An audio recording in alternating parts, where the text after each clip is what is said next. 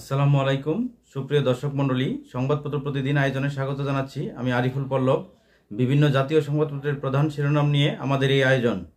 আজ 23শে বৈশাখ 1432 বঙ্গাব্দ, 6 মে 2025 খ্রিস্টাব্দ এবং 7 জিলকদ 1446 হিজরি, রোজ মঙ্গলবার। শুরুতেই আমরা প্রথম আলো সংবাদ শিরোনাম দেখব। প্রথম আলো তাদের সংবাদ শিরোনাম করেছে, জাতীয় বাজেটের 15% স্বাস্থ্যে রাখার প্রস্তাব। সংস্কার কমিশনের প্রতিবেদন, স্বাস্থ্য খাত সংস্কারে প্রায় 200 সুপারিশ করেছে কমিশন। এর মধ্যে প্রায় মুখ্য সুপারিশ 32টি।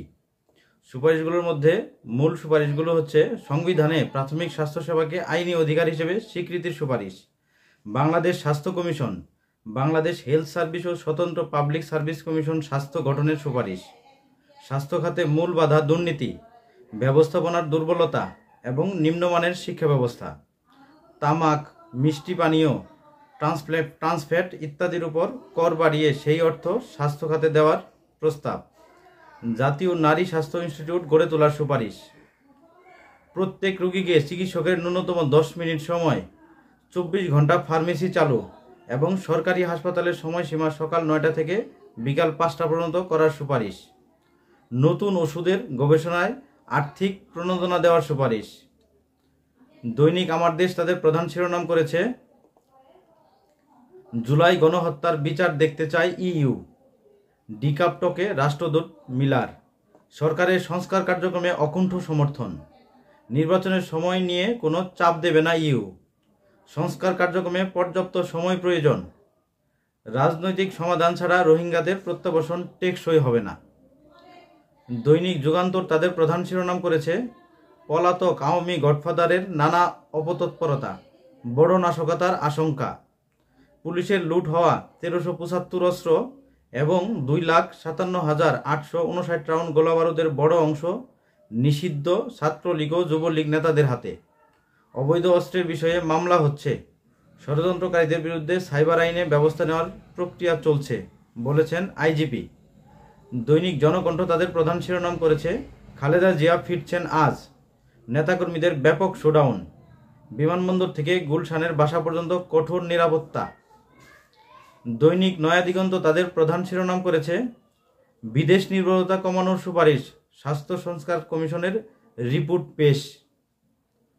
বাংলাদেশ প্রতিদিন এর প্রধান শিরোনাম হচ্ছে, বাড়ছেই বিতর্কের মামলা, চাঁদা না দিলেই আসামি, জড়ানো হচ্ছে নিরপরাধ ব্যক্তিদের।